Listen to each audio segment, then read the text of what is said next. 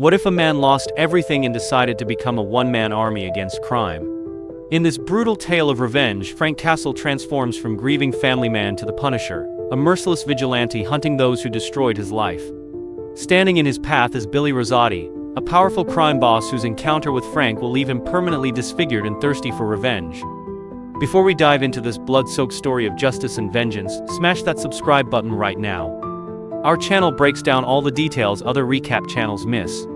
Hit subscribe, turn on notifications, and let's begin this dark journey into the world of the Punisher. The film begins with Billy Rosati, a man eager to meet his boss, a notable mafia figure named Don Gaetano Caesar. When Billy arrives, a small error quickly escalates into a heated argument between him and Caesar, almost leading to violence. Thankfully, Nicky Donatelli, Billy's faithful right-hand man, steps in and manages to calm everyone down, easing the tension. With the dispute resolved, Billy and Nicky depart from Cesari's residence, while Caesar continues his dinner gathering surrounded by his devoted henchmen. Shortly after, Frank Castle, a mysterious and lethal vigilante, infiltrates Cesari's home. He brutally eliminates everyone inside, including Caesar himself, leaving a massacre behind. Two police officers monitoring the house outside hear gunfire. One of the officers, Cefiati, goes inside to investigate and encounters Frank, who is preparing to escape. Cefiati raises his gun but hesitates when he realizes the man before him is the infamous Frank Castle. Instead of stopping Frank, Cefiati allows him to leave, even giving his car keys to help Frank flee faster. To hide his actions, Cefiati strikes himself on the nose, causing it to bleed, and claims that Frank attacked him. Meanwhile, three teenage urban free flow gang members visit Billy at his headquarters. These young men are drug couriers Billy trusts because they are competent and reliable. However, Billy and his associates are unaware that Frank Castle has already entered their facility. Frank quietly takes out the guards stationed outside and moves inside, where he continues his brutal assault on Billy's men. During the chaos, Frank accidentally kills Nicky, exposing him to be an undercover FBI agent. Frank and Billy engage in a violent shootout, during which Billy trips and falls into a glass-crushing machine. The accident leaves him terribly disfigured, with his face severely damaged. Despite his horrible injuries, Billy survived. Frank killed all of Billy's men and then left the area. The following day at Nicky Donatelli's funeral, Nicky's FBI partner Paul Budiansky was furious.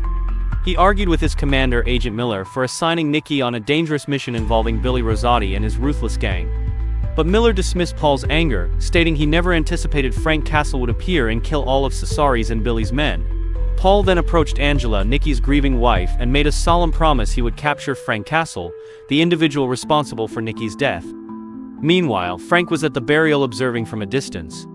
He took a moment to visit his family's graves nearby and immersed in painful memories of the brutal violence that had taken their lives. The sorrow continued to torment him, powering his unwavering thirst for revenge. Later, Paul visited the local police station where he questioned the police force's inadequate efforts to catch Frank Castle. Frank, also known as the Punisher, had been operating as a vigilante for 4 years without being apprehended by the authorities. The meeting deteriorated into a heated dispute until a police officer named Cefiati suggested Paul speak with Martin Soap, a fellow cop who had been investigating Frank for a long time. Martin informed Paul that Frank used to be a special forces operative. The mafia's murders of his wife and children completely transformed his life. Since then, Frank had become the Punisher, determined to bring his form of justice to those who had ruined his life. Following the loss of his family, Frank committed his existence to fighting crime according to his principles. Knowing that not all criminals receive appropriate punishment, he refused to follow the law. In his view, it was up to him to ensure justice was served, even if it meant taking matters into his own hands. Meanwhile, Frank confided in one of his associates, a man known as Microchip. Frank admitted that he accidentally killed an innocent FBI agent. The guilt weighed heavily on him, especially after learning that the man had a loving wife and child. Frank could fully relate to their suffering because he had experienced the same kind of loss. Microchip, a skilled informant and weapons supplier, tried to comfort Frank as he provided the items he needed, but Frank, overwhelmed with grief, urged Microchip to leave him alone. Meanwhile, Billy received some disturbing news from his soldiers. They discovered that Nicky Donatelli was an undercover FBI agent. Additionally, they revealed that Nicky had stolen all of their money. Fitzy, one of Billy's men, indicated that he was convinced the money was at Nicky's residence. Just then, a doctor entered to remove the bandages from Billy's face, but when the doctor saw the extent of the damage, he couldn't help but be horrified. Billy's appearance had become even more grotesque, so frightening that one of his minions, Ink, vomited. When they returned to the room, they discovered that Billy had killed the doctor in a burst of rage for failing to heal his face.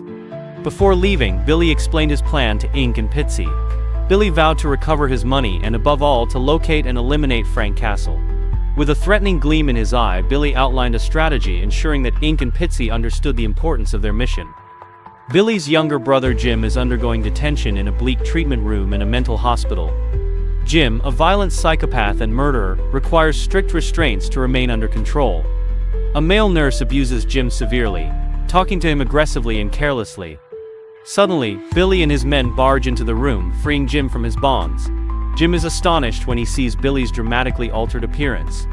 Instead of being scared, he believes his brother looks magnificent, more terrifying and menacing than ever.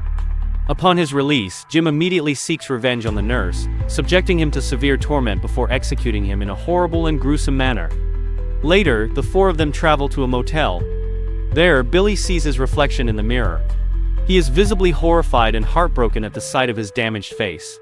Seeing his brother's grief, Jim tries to console him, saying that they will find Frank and hold him accountable. Jim destroys all of the mirrors in the room in an attempt to make Billy feel better. That evening, Frank visits Nikki's residence to see Angela. He wants to apologize for killing Nikki, so he brings a large sum of money as a token of remorse. However, Angela, still heartbroken and enraged, pulls a gun and aims it at Frank, forcing him to leave her home. Meanwhile, Billy and his men meet with a powerful drug lord named Christo. During the meeting, one of Christo's men mocks Billy's scarred face, causing Billy to become enraged and kill the man immediately. The situation almost evolved into a full-fledged battle, but Christo intervened and managed to calm everyone down. He apologizes to Billy, and they ultimately agree to proceed with a scheduled deal at the port the next day. Frank meets with Microchip at his home and explains that he is ready to retire as the Punisher and leave the city permanently. However, Microchip has some disturbing news. Billy Rosati is still alive and wants to exact revenge on Nikki's family. Frank collaborates with Microchip and a man named Carlos to devise a scheme. Carlos reveals vital information on Billy's henchmen, including a deadly criminal named McJenny and his group who are plotting a crime. Meanwhile, Paul agrees to work with Martin to track down and apprehend Frank. At night, Frank follows down McJenny and his crew, who are busy committing their crimes. He storms in and unleashes a savage assault, taking them all out. Frank kills McJenny after interrogating him and gathering information about Billy. They immediately chase him down and Paul catches up, resulting in an intense and vicious battle between the two. During the tussle, Frank manages to overcome Paul and knock him to the ground. Frank reveals that he has to be released because Billy and his guys are on their way to attack Nikki's family. However, Paul stays unfazed and securely holds Frank with handcuffs. Meanwhile, Billy and his thugs arrive at Angela's residence. They storm in, taking Angela and her kid hostages. Billy demands to know where the money is, assuming Nikki may have hidden it there. Angela, terrified, says she does not know where the money is. As Billy interrogates her, Jim begins destroying furniture around the house, causing confusion and increasing the tension. The commotion from the chaos reached two police officers patrolling nearby. When they came to Angela's house, Jim attacked them viciously, murdering both of them. Angela, afraid and desperate to protect her kid, discloses that her late husband had a safe in their room and provided the combination to open it. Meanwhile, Paul arrived outside the home and instructed Martin to monitor Frank, who was still chained in the back seat of their automobile. As Paul stepped inside, Frank pleaded with Martin to release him, explaining that Martin had been serving as his informant within the police. Inside the house, Ink and Pizzy prepared for Paul's arrival. They cautioned Paul that any sudden movements could jeopardize Angela and her daughter. Billy grew outraged when he realized the safe did not contain the money he sought, causing a ruckus in which Jim happily participated. Pitsy, hearing the disturbance, directed Ink to go upstairs and investigate. But before Ink could react, Frank jumped in and defeated him in a violent struggle. Paul seized the opportunity to retrieve his gun and shoot Pizzy, but Frank intervened quickly, killing Pizzy to protect everyone. Frank moved fast to save Angela and her daughter. Just then, Billy and Jim charged down the stairs, shooting at Paul. Paul had to dodge their bullets, allowing Frank to flee with Angela and her daughter. However, Billy and Jim did not get very far. Paul and Martin apprehended them and transported them to the police station. Meanwhile, Frank led Angela and her daughter to his hiding place. There he consoled Angela's daughter by handing her some of his daughter's old toys, hoping to make the little girl smile. Agent Miller eventually led Billy and Jim to FBI headquarters, where he made them an offer. The FBI would release them in exchange for their assistance in apprehending Christo and his gang. Billy and Jim immediately accepted the offer. The two brothers then proceeded to the docks, pretending to arrange a deal with Christo. FBI operatives were there, preparing to ambush Christo and his crew. The FBI successfully arrested Christo with the help of Billy and Jim, and the brothers were released as promised. Agent Miller did not stop there. He also sent Billy information on Microchip, one of Frank Castle's closest allies. Carlos informed Frank that Microchip would be unable to meet with him due to his mother's illness. Hearing this, Frank asked Carlos to watch after Angela and her daughter while he went to check on Microchip. Upon reaching the residence, he discovered a terrible scenario. Microchip's mother had been killed tragically, and Microchip was nowhere to be found. Alarmed, Frank returned to his hiding place, only to find Carlos severely injured and barely alive. Carlos revealed that Jim had attacked them and kidnapped Angela and her daughter.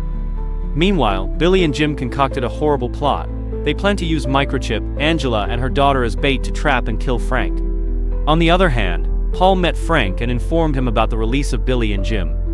Paul then advised Frank to deal with them in his own way, as the law could not touch them. Frank agreed but told Paul that if he wanted to assist, he would have to give up his badge and job as a federal agent.